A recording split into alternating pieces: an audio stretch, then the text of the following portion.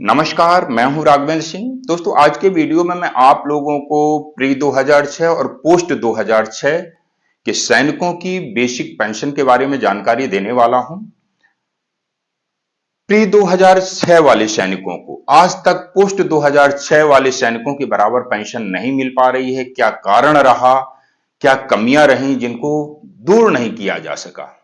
और हैरानी की बात तो तब है कि जब 2014 में वन रैंक वन पेंशन को लाया गया तो इसकी परिभाषा भी यही थी कि सेम रैंक और same rank length of service होते हुए यदि किसी की बेसिक में वेरिएशन है तो उसको दूर करके समान बेसिक किया जाएगा। परंतु आज तक वो हो नहीं पा रहा है, ग्राउंड पर वो लागू नहीं हो पा रहा है। कागजों में तो ये बात कही जाती है।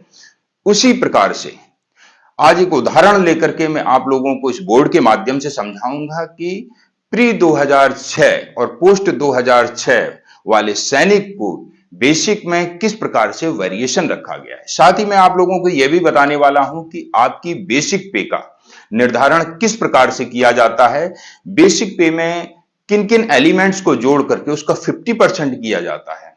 साथ में आपका जो स्पर्श पीपीओ है उसमें 2-3 कॉलम दिए रहते हैं पे वाले कॉलम में, जिसमें आपका पे लेवल दर्शाया जाता है, लास्ट 10 एमोलमेंट दर्शाए जाते हैं। इसके बाद में पे इन पे मैट्रिक्स और एमोलमेंट ड्रान, ये सब बातें दर्शाई जाती हैं। उनका क्या मतलब है, कुछ सैनिक भाई पे इन पे मैट्रिक्स को अपनी बेसिक बताते हैं, कुछ सैनिक भाई एमोलमेंट ड्रान को अपनी बेसिक पे बताते हैं। आज उसी का क्लैरिफिकेशन आप लोगों के बीच करूंगा, तो ध्यानपूर्वक देखिएगा। आज का वीडियो बहुत महत्वपूर्ण है और आप लोगों से निवेदन करूंगा, यदि अभी तक भी चैनल को सब्सक्राइब नहीं किया है तो चैनल को सब्सक्राइब कर लीजिएगा, क्योंकि ऐसे ही इस चैनल के माध्यम से, जिसका नाम है सैनिक वेलफेयर एसोसिएशन जालौन चैनल, इस चैनल के द्वारा ऐसे ही वेलफेयर से रिलेटेड नई नई जानकारियां आप लोगों तक अक्सर पहुंचाई जाती हैं और पेंशन संबंधी कार्यों को भी करवाया जाता है। नायक टीएस जो प्री 2006 में आए हैं उनका पे लेवल 04 है, और नायक टीएस जो 2006 के बाद में आए हैं उनका पे लेवल 05 रखा गया है। कारण, इनको एमएसीपी नहीं मिला है, इनको एमएसीपी मिला है, क्योंकि ये 2006 के बाद वाले हैं, ये 2006 के पहले वाले हैं, इसलिए एमएसीपी नहीं मिला है। अब नुकसान क्या हो रहा है, इनकी जो बेसिक पेंशन है वो 21,475 रुपए अप्रोक्स बेसिक पेंशन, और इनकी बेसिक पेंशन है 22,476 रुपए। देखिए, दोनों का रैंक समान है, दोनों ने 17 साल सर्विस किया है, परंतु 2006 से पहले के हैं, इसलिए इनकी बेसिक पेंशन 21,475 है। ये 2006 के बाद वाले हैं, इसलिए इनकी बेसिक पेंशन 22,476 है। अब इसके अलावा एक और महत्वपूर्ण बात आप लोगों को बताना चाहता हूं कि आपकी जो बेसिक पेंशन है वो कैसे निकल करके आती है। देखिए, बेसिक पेंशन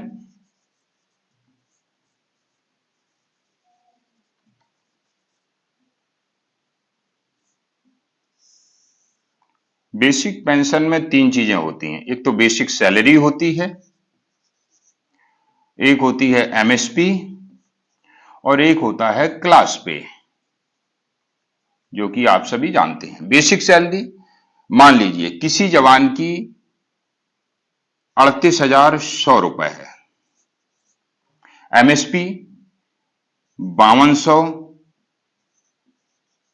और क्लास पे 450। इन तीनों को यदि हम जोड़ दें तो कितना आता है टोटल, 43,750 रुपए। और अगर हम इसको 50% कर दें तो कितना आ जाएगा, 875 रुपए। ये हो गई आपकी बेसिक पेंशन। अगर आपकी बेसिक सैलरी 38,100 रुपए रही है, 5200 रुपए मिलिट्री सर्विस पे और 450 रुपए को जब इसमें ऐड कर दिया जाए और उसका 50% निकाला जाए तो आपकी निकल करके आ जाती है बेसिक पेंशन 21,875, जो कि 17 साल वाले सिपाही की, जिनको टीएस नायक रैंक मिला है, उनकी बेसिक पेंशन है ये। वहीं पर दूसरी तरफ अब कुछ सैनिक भाई कहते हैं कि मेरी तो बेसिक पेंशन 22,476 रुपए है। अब 22,476 रुपए क्यों है? जिनकी बेसिक सैलरी 39,200 रिटायरमेंट के समय थी, 5200 रुपए इसमें ऐड कर दिया, प्लस 450 रुपए को भी ऐड कर दिया, तो टोटल कितना हो जाता है? टोटल हो जाता है 44,850। इसमें यदि हम 2 का भाग दें 50% तो कितना निकल करके आएगा? 22,476 रुपए। ये आती है बेसिक पेंशन। जो सैनिक भाई 39,200 बेसिक सैलरी से रिटायर्ड हुए हैं, उनकी 22,476 आ रही है, और जो 38,700 से हुए हैं उनकी 21,875 आ रही है। अब कहीं कहीं यह भी देखने में आ रहा है, जिन सैनिक भाइयों की 22,476 बेसिक पेंशन आ रही है, लेकिन जब वो अपने पीपीओ उठा करके देखते हैं तो उनकी बेसिक सैलरी 38,100 दिखाई गई है, जबकि 38,100 नहीं होनी चाहिए, 39,200 होनी चाहिए, क्योंकि 39,200 के हिसाब से ही 22,076 बेसिक पेंशन निकल करके आती है। 3800 के हिसाब से तो 21,875 आती है, परंतु 21,875 आज के समय में किसी की नहीं होगी। जो 17 साल सर्विस करके रिटायर्ड हुए हैं, जिनको एमएसीपी मिला है या टीएस नायक मिला है, उन सभी की बेसिक पेंशन 22,476 ही होगी। अगर 22,476 बेसिक पेंशन है तो बेसिक सैलरी उनकी 39,200 होनी चाहिए, और यदि 3800 है तो कहीं ना कहीं आपको लॉस है। इसके अलावा एक स्क्रीन के माध्यम से आप पीपीओ देखिएगा।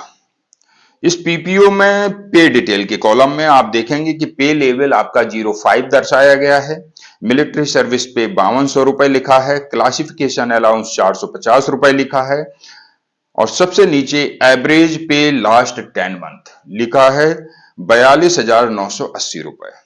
इसी के जस्ट सामने आप देखेंगे पे इन पे मैट्रिक्स 38,100 रुपए लिखा है, जिसकी मैं अभी यहां पर बात कर रहा था। इनको 22,476 बेसिक पेंशन मिल रही है, परंतु बेसिक सैलरी इनकी 38,100 रुपए लिखी गई है।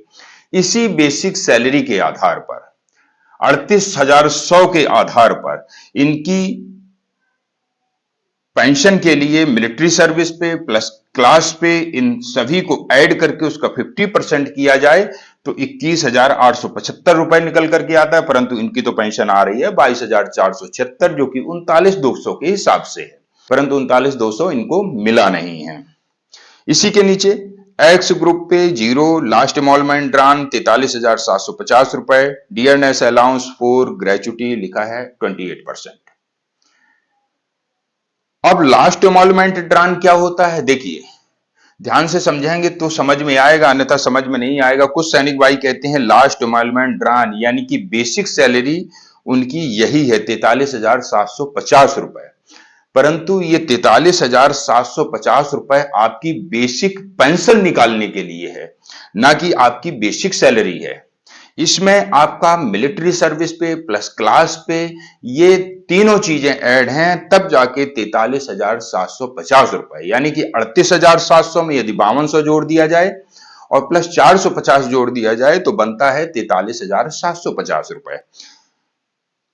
इसीलिए इसको यहां पर दर्शाया गया है लास्ट इमॉल्वमेंट ड्रान के रूप में। और जो आपकी बेसिक सैलरी जिससे आप रिटायर्ड हुए हैं, वो सबसे ऊपर लिखा है पे इन पे मैट्रिक्स, जो कि 38,100 लिखा है, किसी के पीपीओ में 39,200 लिखा होगा, किसी के पीपीओ में 37,000 लिखा होगा, ऐसे अलग अलग सबकी बेसिक को उनके पीपीओ में लिखा जाता है। अब जिनकी बेसिक सैलरी जितनी थी वही इस पीपीओ में दर्शाई जाती। अब बेसिक सैलरी कम थी या ज्यादा थी, पेंशन पेमेंट ऑर्डर में यह महत्वपूर्ण नहीं होता है, परंतु कौन सा इंक्रीमेंट आपका छूटा है ये आपको गौर करना होगा। और यदि आपको वो इंक्रीमेंट नहीं मिला है तो आज ही आप अपने रिकॉर्ड ऑफिस को चिट्ठी भिजवाइएगा और अपने इस हक को प्राप्त कीजिएगा। आपको इसका एरियर मिलेगा। वन रैंक वन पेंशन में आपकी पेंशन में तो इजाफा हो जाता है, परंतु बैक डेट का जो एरियर बनता है वो आपको नहीं मिल पाता। ये सबसे बड़ा लॉस आप लोगों को हो रहा है। किसी भी प्रकार की आपको कोई समस्या है तो मुझे कमेंट सेक्शन के माध्यम से बता सकते हैं। डाउट है तो भी मुझे बता सकते हैं। पेंशन आपकी नहीं आ रही है, कम आ रही है, तो आकर आप मुझसे मिल सकते हैं। आपकी पेंशन का 100% समाधान किया जाएगा। अगले वीडियो में ऐसे ही महत्वपूर्ण जानकारी लेकर के फिर मिलूंगा। तब तक के लिए जय हिंद, जय भारत। धन्यवाद दोस्तों।